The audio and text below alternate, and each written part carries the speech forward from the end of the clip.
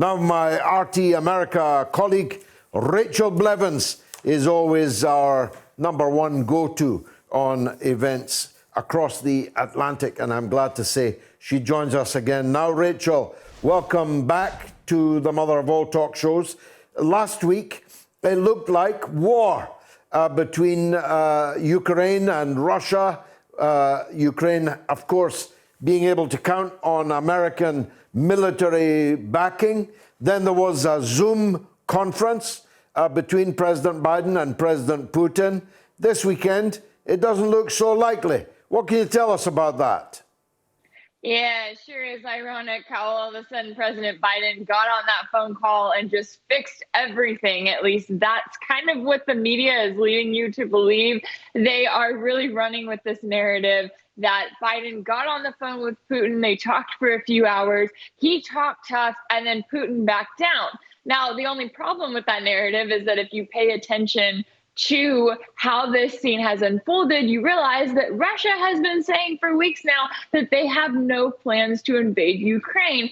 And yet it's people within the Biden administration, it's top mainstream networks here that have carried on this narrative and almost made it as if it is believable, only to then come up to the point where you have Biden getting on this phone call and coming in and fixing the entire situation. And I think it just goes to show how ridiculous the media has become at this point, that they have literally created something out of thin air. They've pushed the narrative that they want to push, and they've ignored Russia's response to it all the way through, because they know that the average American is not going to actually do their research. The average American is not going to take the time to say, well, wait a second, what is Russia doing here? What do they have to gain from it versus what is Ukraine doing? And of course, the biggest question of all of this, why is the United States getting involved in a conflict like this? Why is the U.S. ramping up the aid, the weapons that it's sending to Ukraine, and how does that serve American interest? Yeah, they created a straw man in order to knock that straw man down. They pretended that Russia was about to invade Ukraine, and when it doesn't, they want to claim the credit for that. It's an old story, really, Rachel.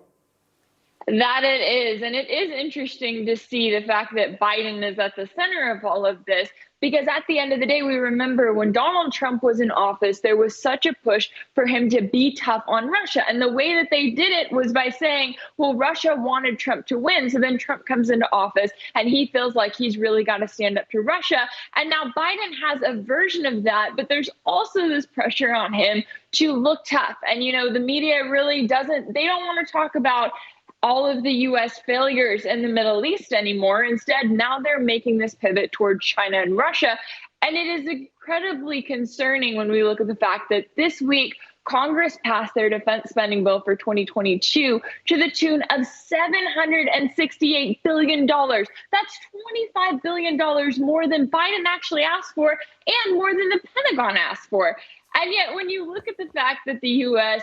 says that it is ramping down its involvement in the Middle East, you really wonder, why are we adding to the defense budget? Why are we giving more money to Ukraine to ramp up tensions there? Why are we increasing U.S. involvement in the Indo-Pacific and increasing those tensions with China? I mean, what good is that doing? And why isn't there more talk about it at the end of the day? It's welfare for capitalism, isn't it? Because more than half of that staggering or eye-watering sum goes in procurement to the military-industrial complex, some of which is given back in kickbacks, some of it is given back in campaign contributions, some of it is given back in revolving door appointments, etc. Once people leave office, once they leave government service, the poor bloody infantry, the service personnel, got a wage increase out of that budget, which is much less than your rate of inflation. Your rate of inflation is now at more or less recent record levels. And the troops got, I think, 2.5%. So actually they got a pay cut out of this new mega military budget. Tell us about the inflation. I saw you've been writing and talking about it. Yeah, that is an excellent point there to look at that. I mean, them giving the troops 2.5%, that is almost laughable. And you're right, here in the United States, inflation is at nearly 40-year highs. That's what it reached last month. And we're seeing that all around in every part of our daily lives, whether it's just going to the grocery store, whether it's putting gas in your car. And yet we have a Federal Reserve, a central bank in this country that has done this on purpose. They started it at the beginning of the pandemic when they looked at the fact that the US was going to be going into unprecedented lockdowns.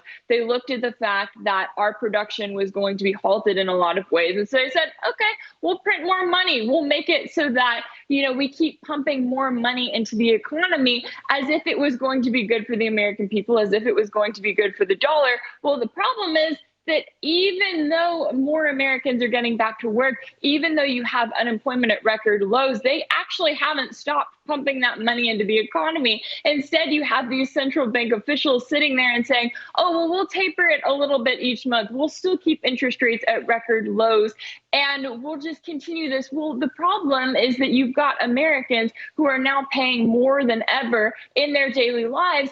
And yet, even with all of the people talking about how the Americans coming back to work got extra bonuses or they got a little bit more in their hourly salary, well, that's not enough to set off the 40-year highs that we're seeing when it comes to inflation. And it really is this rising bubble that if the Biden administration doesn't truly have to deal with it, well, it's going to have to be dealt with down the road. We always joke about Congress passing their spending bills every few months as if they are kicking the can down the road. Well, that's what they're doing, but it is a very, very dire situation. No, it never rains, but it pours. And you had these awful tornadoes this week. I saw some pictures of towns that looked like they'd been in a war. Well, in fact, looked like the United States had just bombed them. Yeah, it is truly tragic. And that, I mean, it felt like it came overnight. I know the state of Kentucky is saying that this is the worst tornado that they've ever seen. It's feared that at least 100 people could be dead. And you're talking about tornadoes that swept across several states, Kentucky, Tennessee, Missouri, Mississippi, those were all among them.